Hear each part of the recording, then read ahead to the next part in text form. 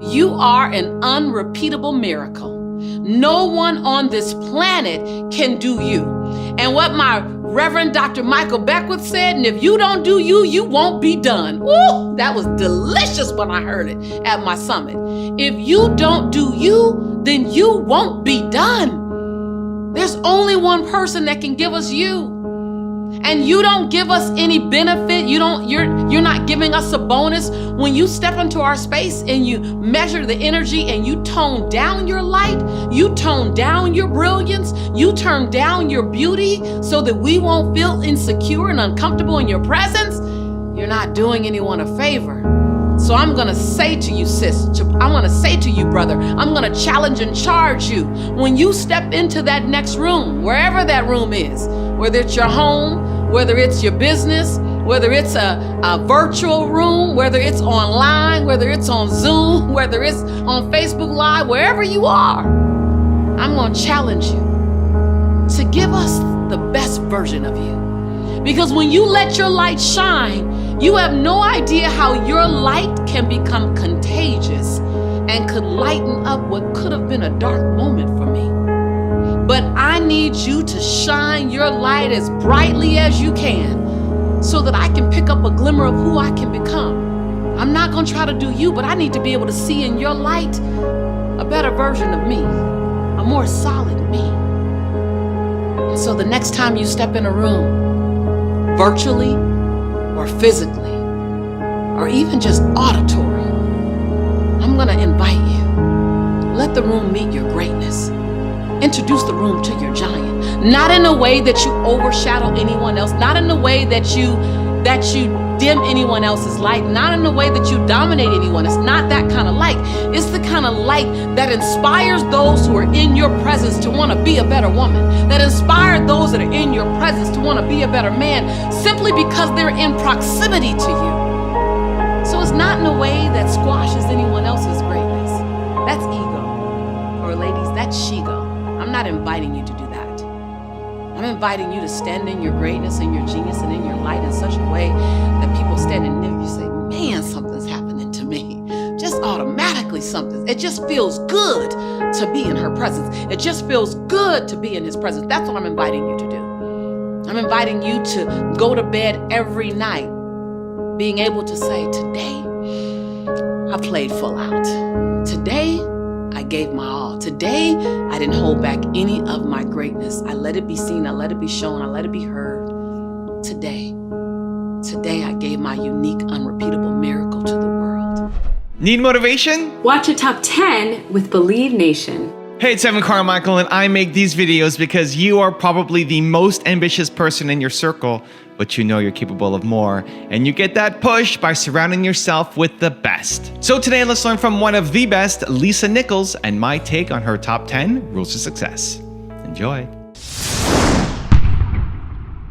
Rule number 2, learn to say no. Lean into saying no where you need to say no. Oftentimes, givers and servant leaders and change agents and gladiators, we're often giving away too many yeses. I know that was me. And sometimes it still is me. And so lean into saying no, not with a negative energy, but just with a necessary no. My grandmother says, no is a complete sentence. It doesn't require any explanation, nor does it require negative energy. No, not now. No, not at this point in time. I would love to, but my plate is currently full. No, because that's crossing a boundary. Like, if you want your yes to have value, you need to own and use the word no. And the final step to finding empowerment when you feel powerless is to confide in someone. So many times when we're in our head and we're living inside this powerless conversation or frustrating conversation or a conversation where we feel like we're a victim to something, it's so much bigger in your head. When you get it out, it dissipates into the nothingness that it always was. And so find someone who's about a high conscious listening. Now, you don't want to share this mindset with everyone. You don't want to share this mindset with someone who's going to literally pull out the horns, pull out the party gear, blow the balloons, and throw a pity party with you. That's not the person to invite to the party. You want to tell someone who's going to require you to climb the conscious stairway and to think about the next best version of yourself, and who will not take out real estate with you in a state of powerlessness, but they're going to invite you. They're going to reach out their hand and they're going to invite you to pack your mental bags, pack your emotional bags, and change your mindset zip code. That's who you want to share where you are with. Rule number 3, look at people who inspire you. Look at people who inspire you. Now, I didn't say study. I said look, because inspired people inspire others. And so just look at people who inspire you. I remember when everything was happening with the publicized social injustice, right? Social injustice has gone on for a long time, but when it got a spotlight on it, I needed to have some inspiration around my creativity, around the approach, around my part that I want to play in really shining a spotlight on social injustice or creating a social justice environment. What was my part? So I remember going to Barack Obama's site. I went and I listened to old Dr. Martin Luther King speeches. I went and listened to Nelson Mandela. Like, I listened to people, some who were around during the conversation and some who are not even here, because they inspire me. They inspire the highest conscious version of myself. They inspire the greatest good in me to come out. I didn't listen to low conscious thinking people. I didn't listen to people who were just angry. I already knew I could tap into that. I needed to tap into people who can help me creatively tap into Lisa at the highest level and help bring something forth that can inspire people. And from that, the movie Let's Grow was born, which I don't know if you've seen that, but if you haven't, go to letsgrowmovie.com and look at, I believe, some of my best creative work ever in my entire life. Like, literally, I can tell you. But I got there because I turned and I looked at people who made me want to be a better woman. I turned and I looked at people who made me want to be a change agent or continue. And then I turned around and I processed that inspiration. I didn't duplicate their words. I didn't try to say exactly what they said. I just processed the inspiration and I allowed it to come out of me in my unique form. Rule number 4, expose your truth. I want to go into a deep dive on how you can really expose the truth. What does it take to expose your truth? First of all, courage. Be ready for whatever comes out. You can handle it. Hello, note to self, hashtag, I can handle my own truth. Just say it. I can handle my beautiful truth. I'm really, really good at this. Or I can handle my messy truth. You know what? I keep ending up here again. I used to get a stack of mail from Wells Fargo, and I never opened it. Why? Because I knew what it was. NSF, non-sufficient funds, non-sufficient funds, non-sufficient funds. Now, and for years, I opened the mail from Wells Fargo, still with the same bank, and now I know it's something different. Because I had to look at that like, Lisa, you are creating this reality where you keep getting these little thin envelopes. It wasn't a lot because there was one sheet of paper in there that said, oh, by the way, did you know that you did not have enough money in the bank for the check that you wrote? And oh, by the way, do you know that that's going to cost you $35 additional? So that was my reality. I had to accept that truth. You are creating this financial I can't get mad at my bank. So step number 1 is have the courage. Have the courage to embrace your truth. Step number 2, I want you to get rooted in your truth. Root to rise. Go into an internal game, internal validation versus an external validation. I know that's easier said than done in this social media polarizing world where everything is snapshotted, everything is filtered, everything is videotaped, everything is posted, everything is commented on, everything is thumb up or thumb down. Wait, hold on, pause, brakes. Internal validation is first and foremost. Root. Be willing to go inward. As my boy Sean says, there's a reason why a hurricane will knock down a 20-story building before it uproots a tree. Because a building does not have roots, but a tree does. So what's your core? belief system? What's your foundation? What brings you joy? What's your success? How do you define your success? Nobody can define your success but you. Not your mama, not your daddy, not your man, not your woman, not your kids, not your friends, not your career, not the title on your business card, not the balance in your bank account. You define your joy and you define your success, and you get to redefine it. You're entering into new seasons of your life. Listen, the way you identified it in 2018 may not be the way you identified in 2022. What does it look like today? Understand, and realize that self-esteem is self-understanding. Self-esteem is understanding and being fluid and flexible in who we are and where we are at any given moment. So I'll say that there's so many opportunities for you to get caught up in an external stimulation to cause you to lie to your internal selves. Also, to make sure you're actually taking action after watching this video, I've designed a special free worksheet just for this video. The worksheet will highlight all of the lessons learned in this video, as well as pull out our 3 favorite learnings and quotes that will inspire you to actually do something. The worksheet will also give you space to write down what your key takeaways are and your specific plan of action to make sure you're getting results. If you want the worksheet designed specifically for this video, absolutely for free, there's a link in the description below. Go click on it and start building the momentum in your life and your business. I'll see you there. Rule number 5, step into your power. How to step and stay in your power. Understanding the power you have even when you don't feel like you have it. See, power and your strength, your resiliency, your tenacity, it's not determined by the weather outside or the politics or the social movements or the climate or the health conditions. Your power, your resiliency is there. Some days it's active and you're living in your power, you're owning it, you're walking with it, you're walking beside it, you're walking in front of it, it's walking in front of you. Power's everywhere around you. And on other days you have it, but you set it on the shelf. No one took it away from you. I know there are times we may feel powerless, but no one can take your power. No one. You may have to have reserve power. You may have to think about it differently. It may not be an active power, but power is always yours. You're always in the driver's seat of your life. And I'm not saying that excluding that things may happen to you, but I promise you that there's a point when you can slide back into the driver's seat. Number 2.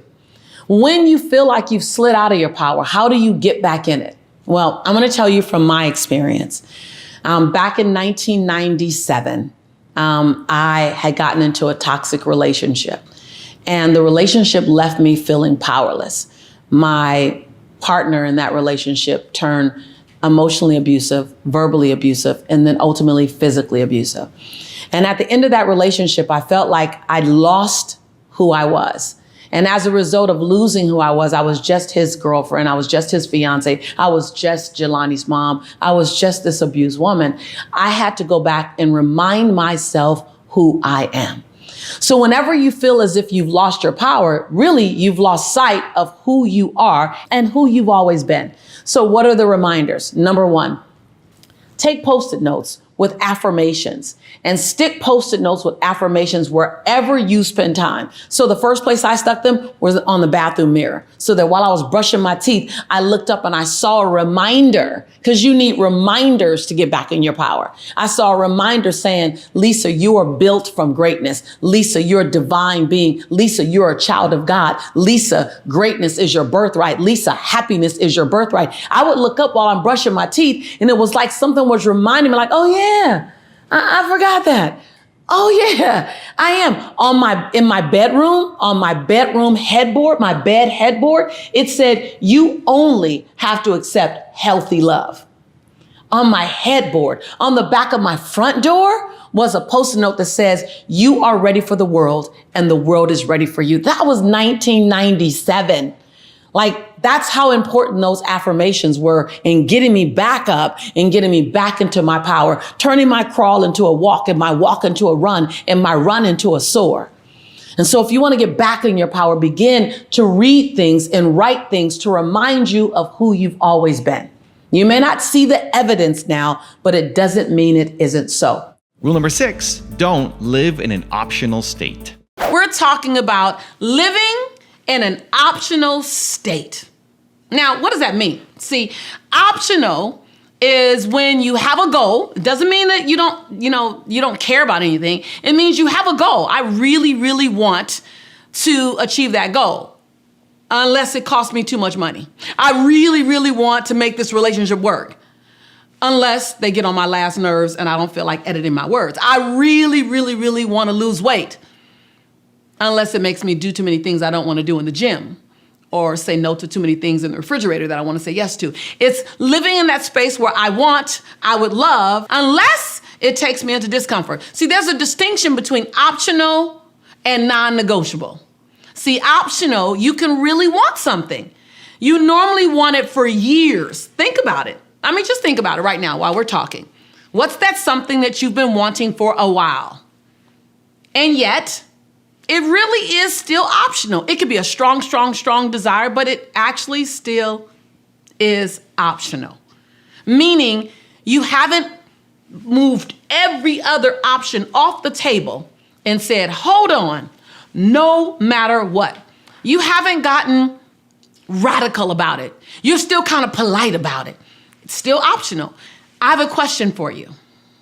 What has optional cost you? What does optional cost you as it relates to that something? Whether it's your finances, I really want to save. I really want to grow my finance. I really want to buy another home. I really want to buy my first home. I really want to get out of debt. I really want to transform my financial life. But what is optional? Meaning I want it, but I haven't done enough in it. I've been willing to start and stop and start and stop and start and stop around your health and wellness, around your dreams, around writing a book, around a relationship. What has optional cost you? I know this might sting a little bit, Lisa. I'm really not happy you're doing this, but I love you. You know I love you, and we got to find out. Begin to think of what have you lived like it's optional. What are the areas of your life that, it's there, but it's not a non-negotiable yet? And what has that cost been for you? For me, let me just share with you. My health and wellness was important to me. But when I look back at it, it was optional. I mean, I went on diet after diet, probably about 19 different diets. I hired trainer after trainer, probably 9 different trainers. I had conversations about it, but I wasn't willing to be non-negotiable. I wasn't willing to be radical about it. I wasn't willing to be inconvenienced for my dreams about it. I just wanted change, but I wasn't willing to do everything all the time, full court press, consistently, long enough to make a difference. How do I know that? Because for over 19 years, I was over 200 pounds and I had multiple medical challenges. And when I became radical several years ago, I didn't ask, what do I have to do? I said, I'll do whatever. That was the difference between optional and non-negotiable. So what does optional look like for you? And what does non-negotiable look like for you? Again, in your relationship, what if you move to non-negotiable in your relationship? See, to me, non-negotiable in a relationship, whether it's with a sibling or whether it's with a child or whether it's with a parent or whether it's with a lover or a life partner, whether it's with a business associate, non-negotiable in a relationship looks like to me, I no longer have to get the last word. Non-negotiable looks like to me, I'm going to make sure every time I speak, I leave their dignity intact. Every time you speak, their dignity is left intact. Non-negotiable in a relationship to me looks like finding out what they need. In a conversation, even a conversation of tension or resistance, you look past the words to what their need is. And then you do everything you can to fulfill that need. Rule number 7, define what makes you happy. Define in your own terms, in your own language, what makes you happy. So often we're chasing someone else's version of happiness. We're chasing what media and society and what the masses say makes us happy. Well, define it for you. What makes you happy? What type of relationship? What type of friendships make you happy? What type of family, what type of encounters in your family make you happy? What kind of romantic experiences? These are all very big, by the way. There's not one answer to any one. There's like a list of answers to each one. What type of physical experience make you happy? What kind of environmental experiences make you happy? What makes you happy? What makes you happy? Travel? Is it rest? Is it lounging? Is it hiking? Is it trying new adventures? One new adventure each year? What makes you happy? Define happiness for you. Because if you don't define your happiness, someone else is going to define it for you. Rule number 8, control your life. Feeling powerful and feeling like you're in control and navigating your own circumstances is not something that happens by default. If you sit still and wait for the feeling of empowerment to come, it's probably not going to come. It's probably going to pass you by. The feeling of empowerment, the feeling of in control, the feeling of influence over your own life is something that is an active process. So there are things that you must do. So if you've had a feeling of being powerless lately, let me know. Type in chat, because you came to this particular episode so that you can shift that experience. First, I want to talk about when I studied Stephen Covey, 7 Habits of Highly Effective People. I was blown away with this concept. He had the concept of 80% of people spend their time in their circle of concern, meaning they focus 80% of their energy on things that you're concerned about, but not things that you can influence. While only 20% of the people, the leaders, the top 1%, they spend 80% of their time in their circle of influence. Now, I want to say this again so you get it. So there's 2 circles. There's a circle of concern and there's a circle of influence.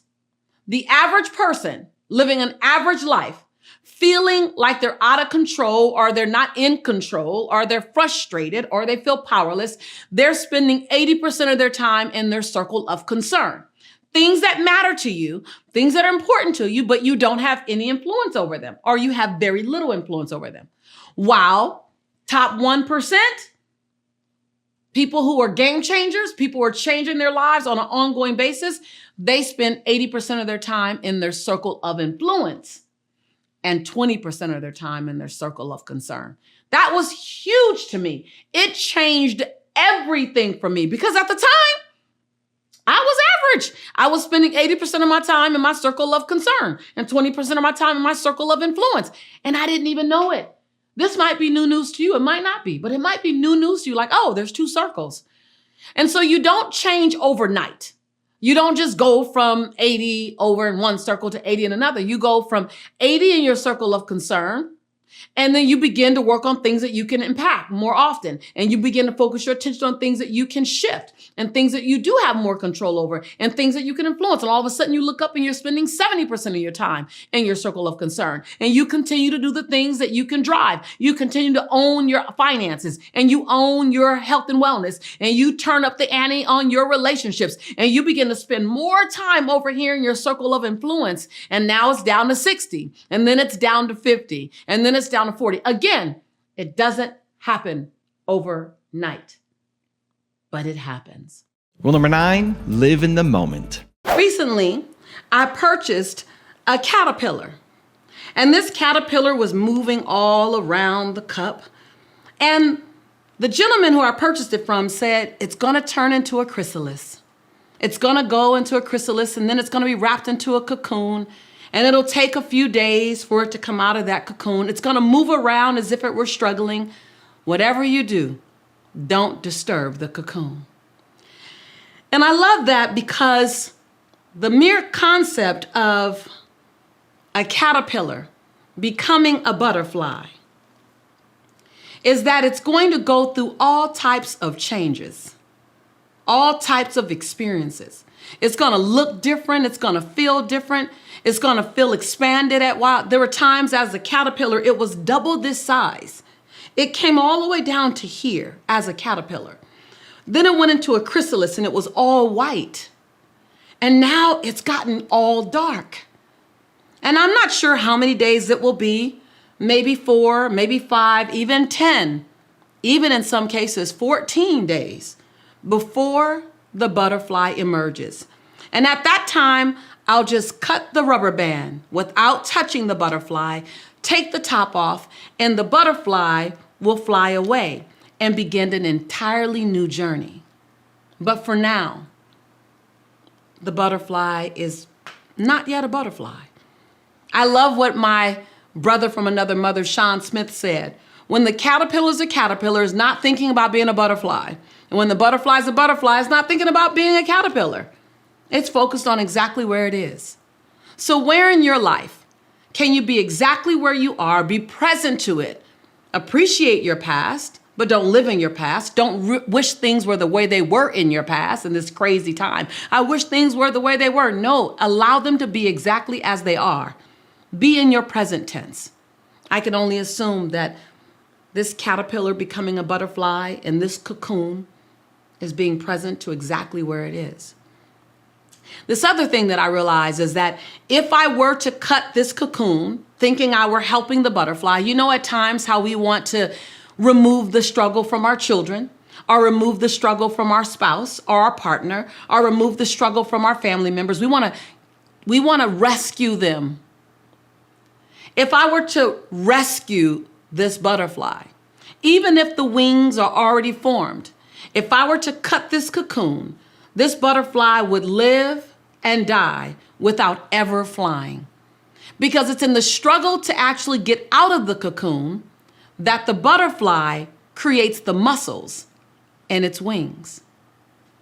And so I believe that you are preparing to soar in this next season. Be present to the season you're currently in and prepare to soar, to fly in your next season. That if it feels as if something in this season is a struggle, or something in this season is a bit contrite, if something in this season is tight, if something in this season is requiring you to push and push and push and push, it could be because you're developing your butterfly wings.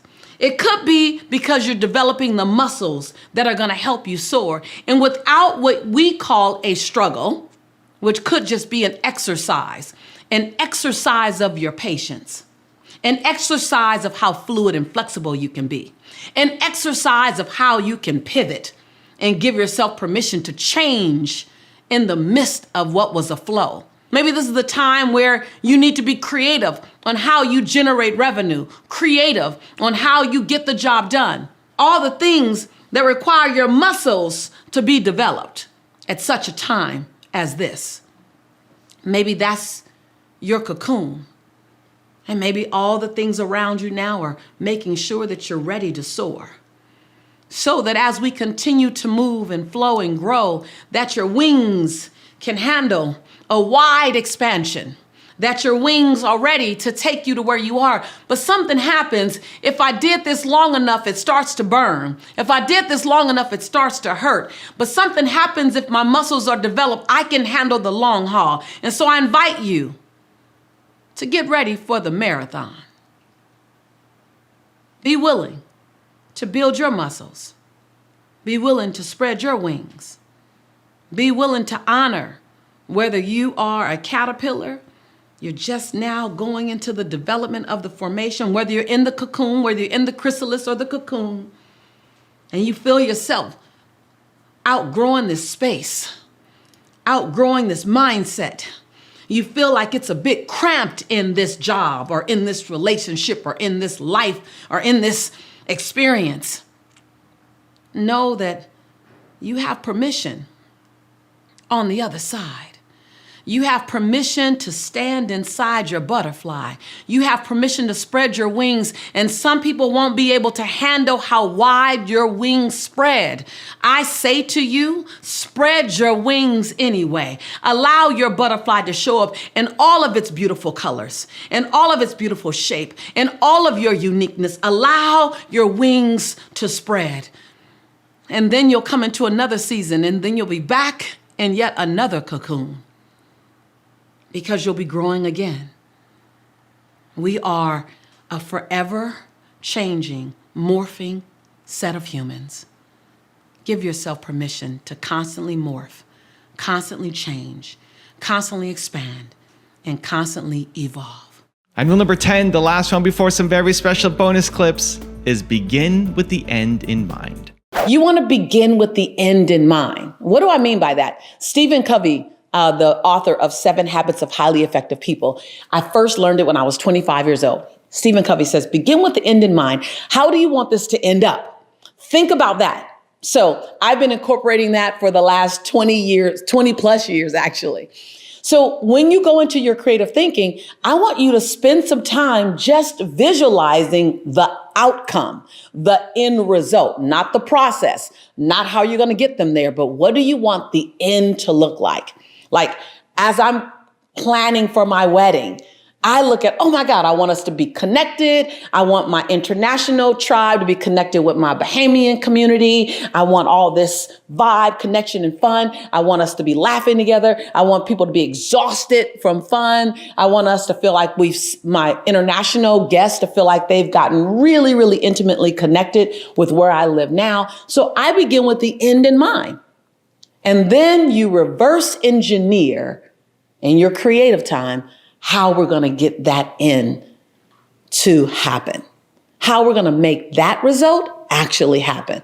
So number 2 is to begin with the end in mind. See the outcome, see the results, see the other side in detail, and then reverse engineer. Okay, here's some ways that we can get to that result. And if you're off, you're actually still closer to that result than you ever would have been had you not thought of the outcome first. I promise you, trust me on this one. You want to be consistent. Diana, you talked about you post every other day. That sounds like it's consistent. However, in the posting every other day, are you moving them through a journey? Are you just providing content? Are you speaking to something way out there? Are you inviting them every third or every second invitation? Are you inviting them to join? Are you inviting them in such a way that you're inviting them to get the solution to their problem by choosing you? Or just inviting them to subscribe or inviting them to follow you? I see so many entrepreneurs out there doing it wrong because they're blending social media with business building media. They're not the same. They're both done on social media. But social media is just, hey, let me hang out, let me TikTok, let me share a little something with you. Business building media is you have a strategy. I'm gonna serve. I'm gonna become the owner of this content. I'm gonna become considered the expert in this area. I'm gonna invite you to join me, join my tribe. Click here, come get this free, assessment that I have, get this free newsletter I have, if you want to grow in this area. So it's important to ask what I call a benefit-based question. If you want to grow your business, you want to be consistent in your life, I'm just making this stuff up. If you want to trim your body and tone your muscles, then join me here in this campus because I can help you get there versus just follow me. Right? So you want to be consistent with your posting, but you want to post to a benefit-based, problem solution based, and then you want to make some invitations. You want to learn how to center yourself in stillness. And that to me is easier said for many than it is done, but it's so worth doing. When you center yourself in stillness and you fall into a place of gratitude, a place of I'm grateful for the opportunity to be in demand instead of I gotta do. Now, I know if you are a mover and shaker and a doer like I am, stillness feels like it's anti-productive. But the reality is when you get into movement, you want to make sure you're moving from a place of core. You're moving from a place of groundedness. And more importantly, and most importantly, you're moving from a place of gratitude. Because gratitude gives you energy. And when you're serving everyone else, it's energy that we need. So, number 1, center yourself in stillness and fall into a space of gratitude about being in demand, about having a full schedule, about being someone that others can come to. So, gratitude is the soil for all good things. Be super clear about who you are and about what you provide and how you serve people. So, in order to do that, you need to be super clear. Write this down. What's the problem that you solve? Or what's the desire that you help come to fruition? I know you've probably heard me say that before, but it's because the truth doesn't change. I'm not going to give you 19 different answers to a question when the one answer is the answer. It's the Mecca answer, right? So who are you and who are you to the world? A lot of times, Diana, we touch no one because we're trying to touch everyone. Okay, type your name in chat if that just pushed a button for you, like, oh my God, that's me. Listen, I'm not speaking from a place of judgment or even as the coach solely. This was what I did. Remember, my company name is called Motivating the Masses. So I was trying to touch everyone, and I wasn't impacting or converting anyone. So be super clear on who you are and what you provide as a service, what the pain is that you solve, what the desire is that you help bring to fruition, and how can you serve me, right? Remember, you're not talking to everyone. You're talking to one person at a time. So many times we want to be paid, we want money, we want our bank account to just magically grow without us doing the work necessary to accept payment. And if you're already accepting payment, do the work necessary to accept a greater, bigger, bolder payment. I'll never forget when my fee was $3,000 as a speaker. I was like, oh my God, this is everything. And then it went to $7,500 as a speaker. I was so scared, like, no one's gonna hire me. Oh my God. It had nothing to do with the value I brought on stage. And then I went to $10,000 and I'm like mortified. I'm sweating, everyone's sweating. And I remember I was at an event with Les Brown, and he went up and he did it, boom. And I went up and I did it, boom, boom. And he looked at me and I looked at him, and we had a candid conversation, and he asked me my fee. And at the time, I don't know what his fee was, maybe $20,000 or something. And he asked me my fee and I was like, 10,000. And he looked at me, and literally you could see how the fee didn't match the experience. Now your fee doesn't match your worth, but I knew I should have been different. I knew that. And he looked at me and he said,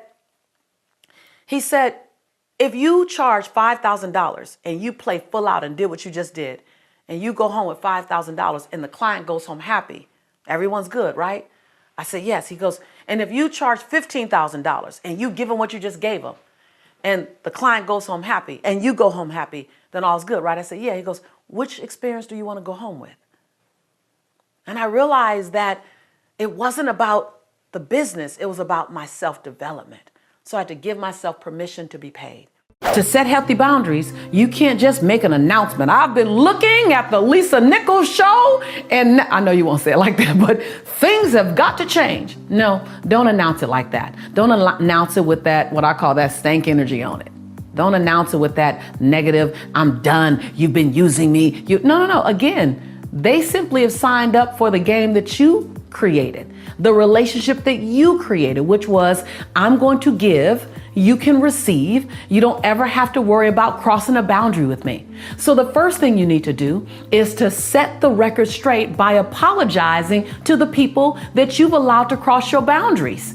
You have to say, I apologize. Just say it just like this. Just quote me. Just like this. You don't have to say, you quote me. It's your own words. You can modify it as need be. But you know what? I owe you an apology. I owe you an apology because I've made you think that I have no boundaries. I've led you to believe that I don't need rest. What I've done is I've overused my yes. And so I'm not used to saying no, and you're not used to hearing no from me. I've even said yes to you when I needed to say no. And what I know about you is that you would want me happy. So I apologize. I set something in motion that doesn't even work for me. I love you. I know you love me, and I love the relationship, but I need to make some tweaks. I did this. Don't do it in any passive aggressive way that indirectly blames them. No, own your stuff. You are a leader.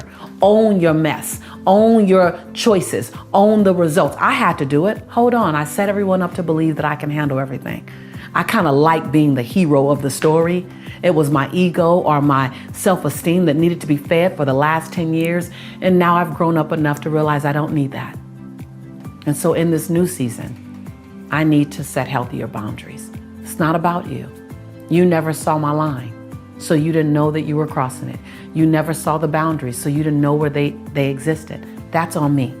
Ooh, now that's grown folk talk. That's grown folk talk. That's adult. That's emotional literacy at its best. So I know it might make your knees knock. It might make your teeth chatter, but pull up your big boy pants, pull up your big girl pants and make it happen. Because on the other side of that is the experience that you deserve and the one that you're looking for. But it first requires you to do the work. In a previous episode, I talked about your Popeye muscle. That's the thing you've been doing for a long time already. That's the letting everyone cross your boundaries. That's the saying yes to everyone. And then there's that olive oil muscle. You know, the muscle that hangs down here because it's underdeveloped. That's that setting healthy boundaries muscle. That's that apologizing for how you've shown up and allowed other people to not even see your boundary. That's owning it. Oh, yeah, I know. It can be intense, but it's so incredibly beneficial. So let's do it. Let's reclaim your boundaries. Let's reclaim your joy. Let's reclaim your life. Let's reclaim your future. Let's reclaim and design it in a way that serves everybody. Because when you do this, you will model for those who are witnessing you. You will model. People won't choose to be out of relationship with you because you apologize for never setting boundaries. It'll be a little disruptive. It'll be a little uncomfortable. It'll be a little new. And then they'll settle in it. And then we know something new. And then you've inspired others to do the same. See, it's very difficult to speak phenomenally and to not be good. Come on, y'all from yesterday. Not be great, but to be what? Unfreaking forgettable. It's difficult to be unforgettable while you're still trying to look good.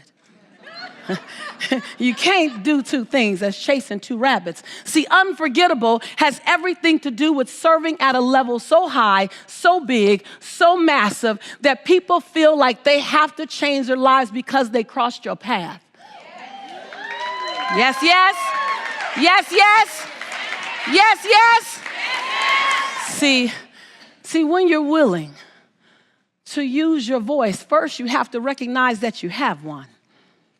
You got to recognize that no matter your past, you were given a voice, and your voice was given not to keep to yourself. Your voice is not a secret, says the secret teacher. And you have to be willing to use every experience that's ever happened in your life, not as a fortress holding you from using your voice, but as the fuel on why you will use your voice. You got to be willing to not stand in your story, but stand on your story. Yes, yes. It's not in spite of your past that you get to be amazing, that you get to be a change agent, that you get to transform lives. It's because of your past that you're perfect for such a job. When you own it like that, see, there's no question in my certainty about my life. Can you walk with that level of certainty so that when the wind comes and then when the wind blows, and it will come and it will blow and it will be a storm and it will be a tornado and it will look like divorce and it will look like bankruptcy and it will look like an illness and it will look like a loss. When it comes, it will rock you. It will rock you. It will rock you, but it won't move you. I look at my life as a young woman in South Central LA, living between the Harlem Crip 30s and the Rolling 60s. Those are not cheerleading squads, y'all. Having 3 fights a week to get home from school, and that was the easy part. The hard part was the fact that my highest grade in school was a C+. See, when some of you brought home C's, your parents were frustrated. When I brought home a C, my parents were excited because I was severely dyslexic in school. So it took me a lot longer to learn. The last time I took an English class, I got a fail. And my English teacher said, "Lisa, you have to be the weakest writer I've ever met in my entire life." I said, does that come with an award? I am kind of collecting rewards. And the last time I took a speech class, my speech teacher gave me a D- and said, quote unquote, "Miss Nichols, I recommend that you never speak in public, that you get a desk job." And what it showed me was that some of your best motivation might come wrapped in sandpaper. Some of your best inspiration comes with some pricks and some nails and some thorns around it. Some of your best inspiration came in an experience that you didn't ask for, you didn't want, and you never want to have again. Some of your best inspiration, some of the very thing that's fueled your soul to get you here, came in an experience that you dare not wish on your enemy. You dare not wish on anyone. But yet it still fueled you to come and step inside your quest. So when you ask the question, am I on the right path? How can you not be? If you can still see light, how can you not be? Whenever we have guilt about feeding ourselves, serving ourselves, giving ourselves anything that we need to look at that closer. I used to say I felt guilty about having self-care and doing self-care because of what it took away from Jelani, my son, or what it took away from my parents, or what it may have taken away from my clients. But the reality was, it was simply the need for more personal development.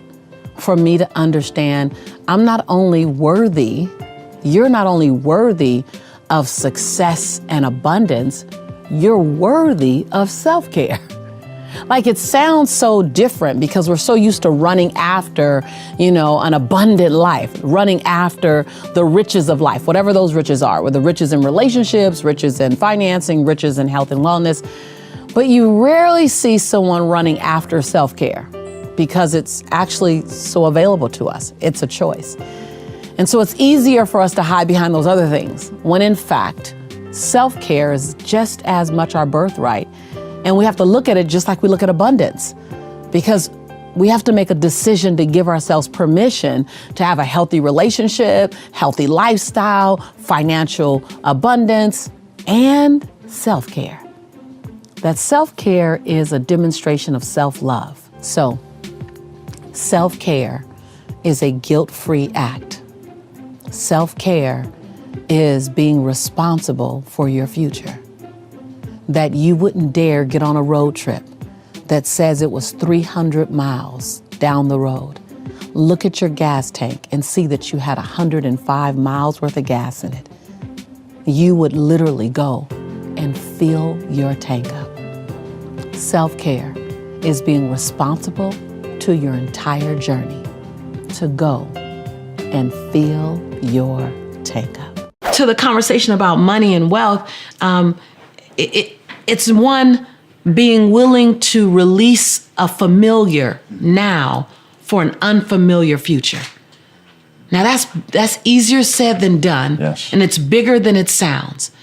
Are you willing to have your future look unfamiliar, and in some cases, look around and you don't recognize anything? Are you willing? Are you so tied to the comfort of what you know, even in its discomfort? So I was willing to reinvent myself 1,000 times. Are you willing to reinvent yourself? Are you willing to introduce yourself to the new version of you? Yes. Are you willing to go places you wouldn't go and do things that you traditionally wouldn't do? See, I wasn't traditionally in meditation or in visualization or hanging around older white men, or like I had 1,000 things that I didn't do traditionally. Let me first explain to you what forgiveness isn't.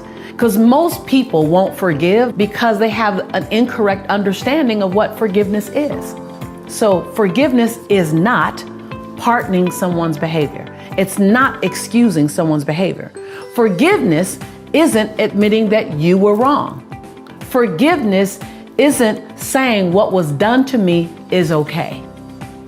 Forgiveness isn't any of those things. Forgiveness actually, if you really understand it, it has less to do with the other person and more to do with you and more to do with your future. Let's go back to the oil and water scenario. So forgiveness invites in love, invites in possibility, invites in prosperity. It invites in new thinking. It invites in creativity. So forgiveness is an expanding emotion. When you forgive, you're opened up for new things. Anger is a contracting emotion. It requires you to shut down, to avoid, to shut out, to stop talking. Everything in anger is about stopping and shutting down. Everything about forgiveness is about opening up without pardoning someone's behavior. I want to make sure I'm clear on that, because most people attach forgiveness to, but you don't know what he did, but you don't know what she did. When you can detach, forgiveness is not about what they did. Forgiveness, get this, forgiveness is about making yourself available. Think about your body is primary real estate. There's only so much of it. It's a finite space. There's only so much space. It's not forever. This is your body. So if this is your primary real estate,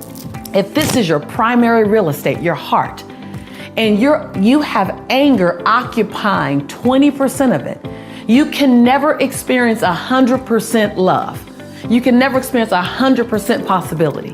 You haven't given yourself a chance at 100% of the things you want most, because your primary real estate, your heart, your body, your mind, is being occupied with a very intrusive, toxic emotion.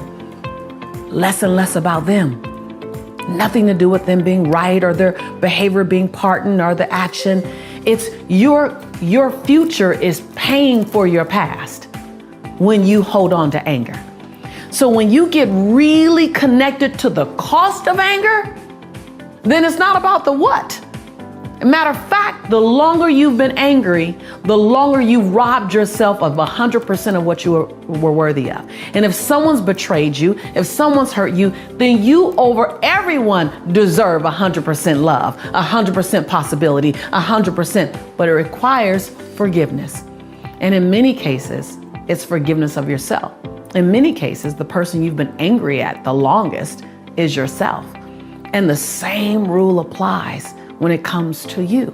Joan Baez says, and my coach Susie Carter first shared this with me, that Joan Baez says the antidote for despair is action. So I said, how can I be in action? I was always looking to be in action. What else can I do? What else can I do? What else can I do? And then I go learn. And what else can I do? So to me, there's a very short line between learning and doing. Yes. And if you haven't done anything what you learn, why are you getting more education? You haven't even applied what you, like, I'm a hell of a coach now. It's like people who read a book and they don't go apply it. They just want to read the next book. Right. Hi. The book I read when I was in my deepest, darkest hour, Stephen Covey's 7 Habits of Highly Effective People, changed my life because I got into radical action behind it. I was like, oh, Stephen Covey talks about attending your own funeral, doing a visionary session where you attend your own funeral. And there are 4 people to speak. What will those 4 people say about you? What kind of brother were you? What kind of friend were you? What kind of social change agent were you? What kind of neighbor were you? Man, when I did that exercise, I was like, oh, I'm a nice person, but I'm not getting they're not saying the things about me that I want to be said. Right, yes. I'm writing my eulogy right now, Omar. I'm writing my eulogy. I'm writing my legacy. I'm not just living for now. I'm living for the 40 years from now story being told about me. I'm living for my grandchildren's story about who great-great-great-grandma was. And when you live for a lifetime, not just your life cycle, but a lifetime, you live for the legacy. I'm writing my legacy now. You won't sweat the small stuff anymore. You won't get caught up in gossip. You won't get caught up in living inside worry. You might worry, but worry does not have permission to take up real estate in your body. Worry is chased by solution and strategy. Yes, by action, yeah. And I always tell people, listen, I'll have every emotion like everyone else. I'll have fear, I have doubt, I have judgment, but you cannot take up real estate in my body. There's no lease options to buy in my mind. Don't lease option buy in my mind, and don't take up real estate. I got things to do. I got changes to make, and I'm not a super shero. I'm not. I'm an ordinary woman. I'm an ordinary woman who chooses every day to make one more extraordinary decision. Celebrate your wins. This is where I invited you to make a list of the 10 things that you have to celebrate about this past year. Now, if you're just joining me, then it's not too late. Make a list. You've done many more than 10 things, but make a list of 10 things that you have to celebrate about over this past year. And they can cover any area, from family to finances to business to health and wellness to relationships to body to fitness, anything. My mistakes now are 7-figure mistakes. I'm not without errors now. Now there's 7-figure errors. Trust me, I've paid the attorneys, but I'm still new terrain. Yeah. I'm the same woman I was at 25, at 28, at 30, new terrain. And so I began to explore what I didn't know. I surrounded myself with people who made me want to stand on my tippy toes. Yes. I surrounded myself with people who made me want to be a better woman, not just in the money I made, but in the way I parented, and the way I showed up, and the way I looked at humanity. I began to be around people who respected the color of my skin and my culture. Don't forget it. Don't say we're all the same, because we're not. My journey isn't your journey because of the gender, the background, the origin, the religion. They're not the same. Right. So let's not act like we're all gray, because we're not. but can I dance in the dynamics of our diversity? See, I began to hang around people who allowed me to dance in the dynamic of our diversity, and began to find ways where we can both become better people because we sat together.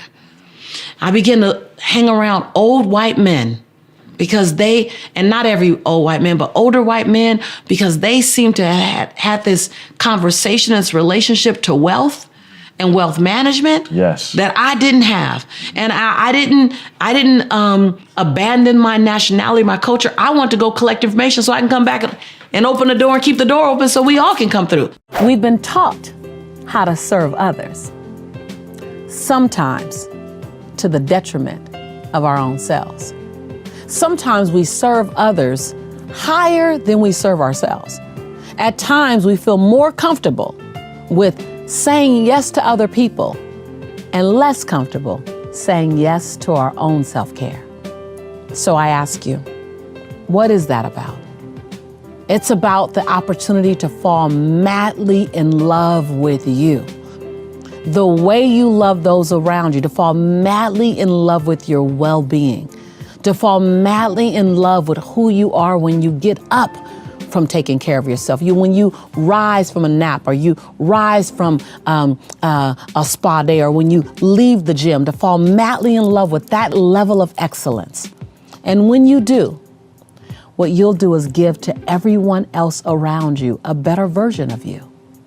So oftentimes we sacrifice our own well-being because we're being what I call the sacrificial martyr. And I know that was me. I would serve everybody else, and everyone else would go, oh, I just don't have any time for Lisa. Well, that's the story we tell. I actually didn't believe that I deserved to have a day off. I didn't believe that I deserved to have a spa day. I didn't believe that I deserved to take a long walk on the beach. Something in me kept saying that I hadn't done enough. I hadn't achieved enough. I hadn't gotten far enough. So it actually had little to do with the people around me that I was blaming it on or using as my out. My child, my parents, my family, my community. It had to do with Lisa, giving Lisa the chance to actually enjoy the journey while still on it. And so instead of making big macro goals, those big bodacious goals, make some micro goals, smaller goals. I don't make an annual goal. I make quarterly goals. I make monthly goals. And each quarter and each month, the goal that I hit, I stop and celebrate myself. Now, I celebrate myself by making me something really good and inviting one person over or 3 people over and say, I'm celebrating myself for small micro wins. Taking myself out for a nice night, something to eat, or just sharing with a friend. Celebrating yourself along the journey is also not keeping your wins a secret. I used to keep my victories a secret. I would get an award, or I would close a deal, or I would get a new contract, or I would whatever. And no one knew because I didn't want to brag. Well, what if I know I'm not a bragger? Like, what if you know you're not a bragger? Can you not be someone who brags, but is someone who wants to celebrate yourself along the journey? We're all like little 3-year-old kids. What gets celebrated gets repeated. And if you want to repeat successful behaviors, then you got to celebrate them, because what's celebrated gets repeated. One of the big things that I've learned is that the more I owned my own authority, the more I can honor other people's awareness, honor where they are. The more I stood in my own grace and compassion, the more I can honor the grace and compassion of others. The more I owned my no, the more grateful I was for other people's yeses. So it's just one of these things where the more you work on you, the more you turn the mirror to you versus pointing at everyone else, the more you turn the mirror to you and work on you, man, the dynamics between you and everyone else just gets richer. I became a more compassionate, more giving, more loving friend when I became more compassionate, giving, and loving to Lisa. Over my career, and I've been in business over 20 years now. People from all around the world, students at every level, whether they are newly into launching their business, or they've been in business themselves for 10, 15 years, ask the question, how do I overcome fear? I'm about to disrupt you completely, because I am not going to give you a strategy to overcome fear. Because if I even attempt to give you a strategy, and I know we're always looking at stuff, reading things, how to overcome fears. There are probably 10 steps to overcoming fear somewhere out there. They weren't written by me, and I could never write it. Because I don't think you wait to overcome fear to live the life of your dreams or the one that you deserve, or to blow your own mind. I personally, and I'm teaching you from my life lessons, from what I've studied, what I've applied, what I've implemented, what I've fallen from, what I've soared from, what I've gotten up from. And I don't think you focus on learning how to overcome fear, though there are things that helps to mitigate your fear. Information mitigates fear. Training and developing your skill set mitigates fear. I teach speaking. I love teaching people how to speak powerfully. Not to speak to be great, but to speak to be unforgettable. Whether you're a speaker or whether you're a manager, whether you're in retails or in network marketing, whatever it is, when you open your mouth, you want to be unforgettable. And people always say, Lisa, how do I overcome the fear of speaking? I say, let's not focus on the fear of speaking, because energy grows where energy goes. So let's not focus on overcoming fear. Let's focus on building a muscle that naturally dissolves fear. And that muscle is the muscle of information, the muscle of education, and the muscle of skill set. So if you know more and then you develop the skill set, you won't be as afraid to do that thing that you're talking about. But the other side to that, now I'm going to disrupt you a bit. So the first part, not so disruptive. That means go get it more information, give fear what fear needs to reduce itself, meaning information, skill set. But this other part that I'm going to tell you, this might be disruptive. How about you not try to mitigate, resolve, or get past, or overcome, whatever you want to call it? How about you not try to do that with fear? How about you allow the fear to sit with you? You just commit to keep moving, even with the fear. So many times in my life and in my career, I was afraid. The difference between me and most is that I still move forward with the fear. Fear does not have a past to stop you. Fear does not have a past to stop you. First of all, let me just tell you this. Just like compassion, just like love, just like respect, just like any other feeling you feel for someone, fear is just a feeling. We just give fear more power. We say, when compassion comes, I hug, I love. When understanding comes, when joy comes, when humor comes, I laugh. But when fear comes, I get to stop. What if you change the meaning to that? Ooh, just stick with me right here. What if you change your dance with fear? What if you tell fear, you're welcome in my life because you're gonna come. Can't keep you away. But when you come, I'm not going to stop. So the first thing I said was, I'm done with this level of misery. So I didn't run toward anything first. The first thing I did was try to get as far away from chaos and scarcity and lack and procrastination and procrastinating people and making excuses, making being a single mom an excuse, or being black an excuse, or being born in LA an excuse. Not to say those things don't impede or have an impact on our ability to move forward. But I didn't want to make any one of them my crutch as to why I stayed in my hellhole. I don't know about anyone else, but my place, I didn't know where I was going, but I knew where I was leaving. Again, you say your name first. Lisa, I commit to you that. And you make 7 different commitments to yourself. That before you go out of your door and you commit to other people, because you know, we're more apt to honor our commitment to other people than we are to honor our commitment to ourselves. We break our commitments to ourselves all the time, and yet when I give you my word, oh man, you can bet your last dime on that word and you will end up with 20 cents. But what happens when you begin to commit to yourself? You'll see that making commitments to you not only feel as good as making commitments to other people, but they feel better. Because when you show up for you, you serve everybody else from your overflow.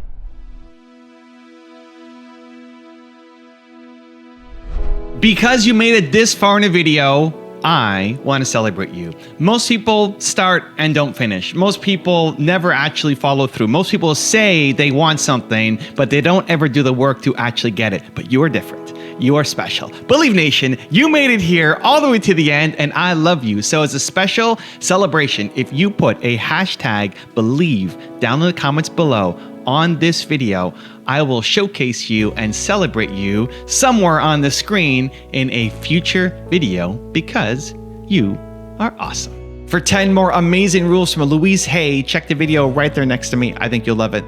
Continue to believe, and I'll see you there. I would like people, when you have time, to make a list of your fears.